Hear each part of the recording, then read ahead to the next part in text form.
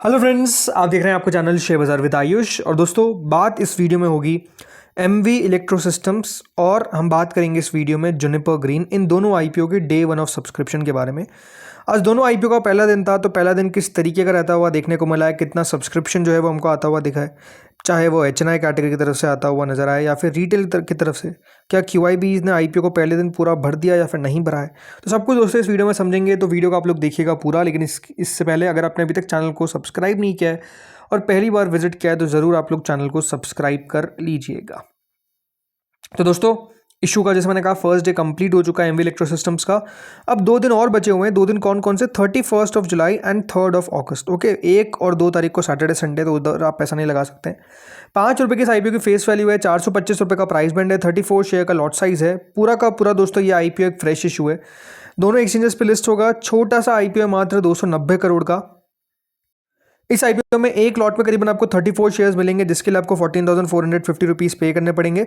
Retail में आप चाहे तो मैक्सिमम 13 लॉट तक अप्लाई कर सकते हैं, बट 13 लॉट लगाने का कोई भी मतलब नहीं है, बिकॉज ये कैटेगरी जो है वो फुल सब्सक्राइब ऑलरेडी हो चुकी है, आपको बता देता हूँ। और अगर कोई भी 13 लॉट लगाता है तो अगर उसको अलॉटमेंट मिल भी जाए तब भी एक ही लॉट का मिलेगा, ठीक है। दूसरी बात, ये हमेशा समझ के चलिए कि रिटेल के अंदर ये गलत फहमी मत पालिएगा कि अगर मैं एक लॉट लगाऊंगा या फिर कोई अगर 13 लॉट लगाएगा तो उसकी ज़्यादा संभावना है। दोनों की संभावना यानी दोनों के चांसेस सेम है, सिमिलर है। कोई मतलब नहीं है, एक लॉट वाले को भी चांसेस उतने ही मिलेंगे जितना अलॉटमेंट में रहेगा, और 13 लॉट वाले को भी चांसेस उतने ही मिलेंगे। ऐसा नहीं कि 13 वाले को 13 टाइम ज़्यादा मौका मिलेगा, ऐसा कुछ भी नहीं होने वाला है। ज़्यादा शेयर्स चाहिए तो स्मॉल चेन्नई में आइए, जिसमें मिनिमम 14 लॉट्स के लिए आपको अप्लाई करना पड़ेगा, 2,02,300 रुपये। यहाँ पर आप मैक्सिमम चाहे तो 69 लॉट्स तक अप्लाई कर सकते हैं, बट सिमिलर सिचुएशन यहाँ पर भी है। और फिर बिग चेन्नई कैटेगरी आती है, जहाँ पर मिनिमम 70 लॉट्स के लिए आपको अप्लाई करना पड़ेगा, 10,11,500 रुपये आपको कुल मिलाकर यहाँ पर पे करने पड़ेंगे। अब समझते हैं हर एक कैटेगरी को दोस्तों कितना कितना ऑफर किया गया है। तो देखिए, क्यूआईबी को ये आईपीओ टोटल 75% ऑफर किया गया है। इसमें कल कंपनी ने 45%, याद रखिएगा, एंकर इन्वेस्टर से उठाया, ठीक है। एंकर्स को कंपनी ने कल 45% ऑफ द इशू जो है वो बेसिकली दे दिया है। इसके बाद दोस्तों जो बचता है वो है 30% जिनको दिया गया है एक्स एंकर्स, राइट। देन इसके अलावा दोस्तों एचएनआई कैटेगरी को दिया गया इस आईपीओ में हिस्सा 15%, बिग एचएनआई को 10%, स्मॉल एचएनआई को 5%। देखिए, बिग एचएनआई के अंदर टोटल अलॉटमेंट मिलेंगे 1433, स्मॉल एचएनआई में टोटल अलॉटमेंट मिलेंगे 716।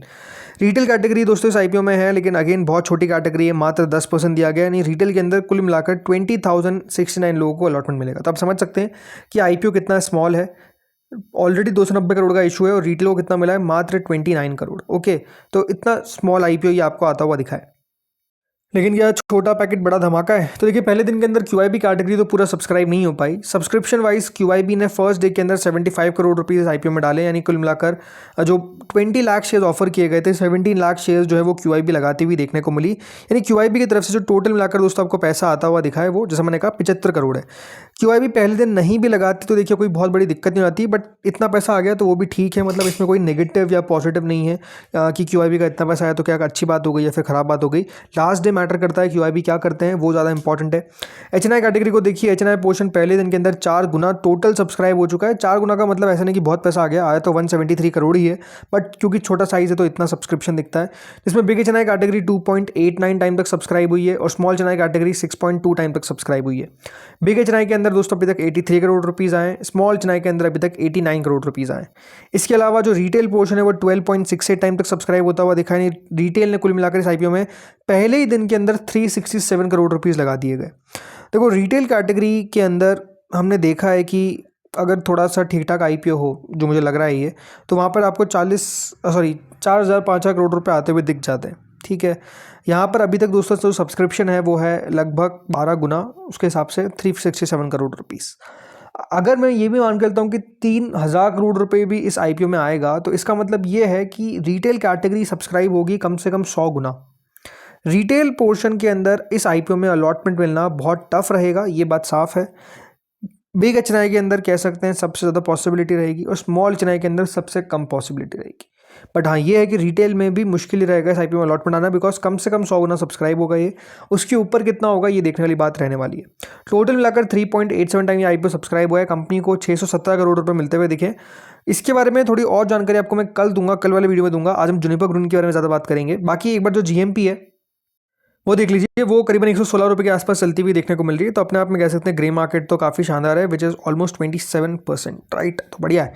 बताइए कमेंट सेक्शन में कि आपने क्या पहले दिन अप्लाई कर दिया या फिर अभी वेट कर रहे हैं। चलिए अब आते हैं दूसरा आईपीओ पे, जिसका नाम है जुनिपर ग्रीन। सिमिलर डेट है, ये भी 3 अगस्त को ही बंद होगा। 10 रुपये की फेस वैल्यू है, 225 का प्राइस बैंड है, 66 शेयर का दोस्तों लॉट साइज है। कुल मिलाकर ये आईपीओ फ्रेश इशू है, पूरा का पूरा फ्रेश इशू है। एम्प्लॉयज़ के लिए डिस्काउंट है 21 रुपीज़ पर शेयर का। 1800 करोड़ का ये आईपीओ आपको आता हुआ दिख रहा है। इस टाइप में दोस्तों रिटेल में करीबन एक लॉट आपको जो है वो 14,850 रुपीज़ का पड़ेगा। 13 लॉट आप अप्लाई कर सकते हैं, यानी जिसके लिए आपको 1,93,050 रुपीज़ पे करने पड़ेंगे। फिर स्मॉल एच कैटेगरी आती है, जहाँ पर मिनिमम 14 लॉट्स है, 2,07,900 रुपये। और बिग एच में मिनिमम है 68 लॉट, जिसके लिए आपको 10,09,800 रुपीज़ पे करने पड़ेंगे। तो देखिए पहले दिन के अंदर जो QIB कैटेगरी है उसने इस आईपीओ को पूरा भर दिया। इसका मतलब ये कि 1 गुना QIB के द्वारा दोस्तों इस आईपीओ को फर्स्ट डे सब्सक्राइब कर दिया गया, which is an interesting thing कि QIB ने पहले दिन अप्लाई कर दिया। बट अगेन वही बात है सिमिलर कि आखिरी दिन मैटर करेगा। अभी तक 378 करोड़ रुपीज़ आते हुए दिखे। ये बता देता हूँ आपको कि 378 में से मेजोरिटी ऑफ द मनी जो है वो आपको किसकी आती हुई दिखी है, म्यूचुअल फंड्स की। मतलब 378.57 करोड़ रुपीज़ टोटल इस आईपीओ में आ रहे हैं QIBs के, और 378.1 करोड़ रुपीज़ आपको म्यूचुअल फंड्स के आते हुए दिखे हैं। लगभग 47 करोड़ जो है, मतलब 47.47 यानी 47 लाख्स वो है दोस्तों अदर्स के। देन इसके अलावा जो HNI कैटेगरी वो लगभग पहले दिन के अंदर 5% सब्सक्राइब हो पाई, मतलब कुल मिलाकर 15 करोड़ रुपए के आसपास आए। बिग HNI की तरफ से 3%, स्मॉल HNI की तरफ से 10%, यानी कोई खास पैसा यहाँ पर भी आपको आता हुआ दिखा नहीं है। रिटेल पोर्शन 13% तक सब्सक्राइब हुआ है। फर्स्ट डे के अंदर 81 करोड़ रुपीज़ रिटेल डालता हुआ दिखा है। इसके अलावा टोटल एम्प्लॉयज़ ने पूरा भर दिया इस आईपीओ को, यानी एम्प्लॉय कैटेगरी एकमात्र कैटेगरी रही जो फुल सब्सक्राइब हो पाई। अदरवाइज ये आईपीओ फर्स्ट डे के अंदर, सॉरी 2 कैटेगरीज हो गई, हाँ QIB भी है। टोटल मिलाकर ये IPO because of the QIBs 38% subscribe हुआ है। अदरवाइज ये आईपीओ बिल्कुल भी सब्सक्राइब नहीं होता आज के दिन, और कंपनी को कुल मिलाकर 477 करोड़ 477 करोड़ रुपीज़ आते हुए दिखे हैं। अब आपका सवाल तो यही होगा, जुनिपर ग्रीन क्या एक अवॉइड वाला आईपीओ बन रहा है कि नहीं। थोड़ा कॉम्प्लिकेटेड आपको इन्फॉर्मेशन देता हूँ, देन हम समझेंगे कि अवॉइड है या फिर अपने आप में अप्लाई करने वाला कैंडिडेट है।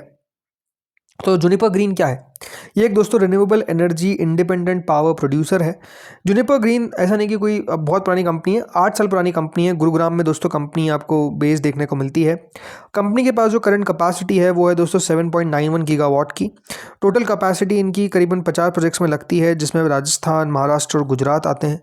कंपनी का फोकस किस पर है, विंड सोलर हाइब्रिड पे। मतलब कंपनी WSH और ये जो FDRE होती है, जो फर्म डिस्पैच रिन्यूएबल एनर्जी होती है, इस पे कंपनी का फोकस आपको रहता हुआ देखने को मिलता है।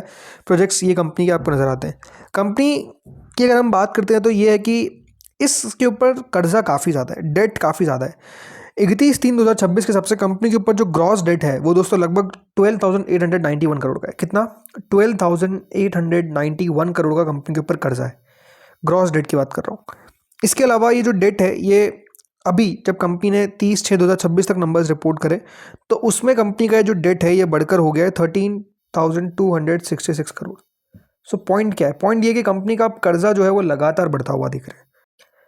ठीक है, इसके अलावा जो कंपनी का नेट वर्थ है वो 3,424 करोड़ है।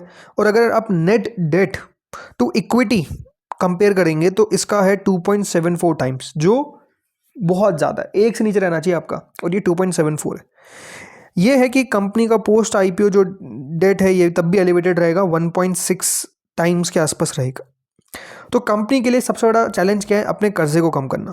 कंपनी ने कहा है कि जो इनका ओवरऑल 4.6 गीगावाट के आसपास का दोस्तों ऑपरेशनल कैपेसिटी रहेगा बाय FY28, ये एस्टिमेट है, और 7.9 गीगावाट ऑपरेशनल रहेगा बाय FY30। बट प्रॉब्लम क्या है कि दोस्तों कंपनी बढ़ तो रही है, बट वो बढ़त आ रही है on the basis of the debt, कर्जे के कारण। तो वो कर्जा कब खत्म होगा ये अपने आप में बहुत समझना मुश्किल है। खत्म इन द सेंस कि कितना कम होगा, क्योंकि होता क्या है दोस्तों, कंपनी के ऊपर अगर कंपनी के ऊपर डेट होता है तो कंपनी को इंटरेस्ट पे करना पड़ता है। और ये इंटरेस्ट क्या करता है, इंटरेस्ट जो है दोस्तों कंपनी का सारा मुनाफा जो है वो बेसिकली लेकर चल जाता है। तो आप समझ सकते हैं कि सबसे बड़ा प्रॉब्लम क्या है, इंटरेस्ट। प्राइसिंग को देखें तो प्राइसिंग भी कंपनी ने एक्सपेंसिव रखी, जब आपके ऊपर इतना कर्जा है। दूसरी बात, आप एक ऐसे सेक्टर से आ रहे हैं जिसको अब वैल्यूएशन कम मिलना शुरू हो गई। ये अब सनराइज सेक्टर नहीं रहा है। मतलब यहाँ पर ऐसा नहीं कि दोस्तों जो कंपनीज आती है और आपको ताबड़तोड़ लिस्टिंग दिखाती है, ये सेक्टर ही अपने आप में अभी कह सकते हैं दोस्तों बहुत ज़्यादा पीछे चला गया है, फ्लेवर में बिल्कुल नहीं है। तो प्रॉब्लम क्या है कि गलत सेक्टर की कंपनी गलत वैल्यूएशन पर आती हुई दिख रही है, और गलत यहाँ पर आप कह सकते हैं कंपनी के फाइनेंशियल्स आपको दिखेंगे on the front, because company की ग्रोथ हो रही है रेवेन्यू वाइज, पर प्रॉफिटेबिलिटी नहीं बढ़ पा रही है। और उसके पीछे का रीज़न क्या है कि कंपनी का कर्जा काफ़ी ज़्यादा है।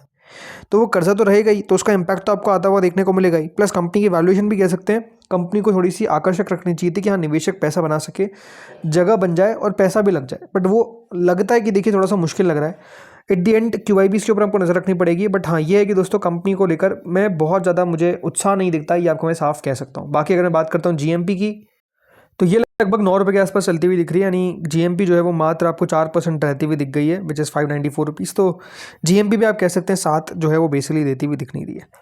तो दोस्तों इस वीडियो में तो इतना ही था। होपफुली आपको वीडियो बढ़िया लगा होगा। अगर अच्छा लगा तो लाइक कर देना, चैनल से पहली बार जुड़े सब्सक्राइब कर देना। Thank you friends for watching this video.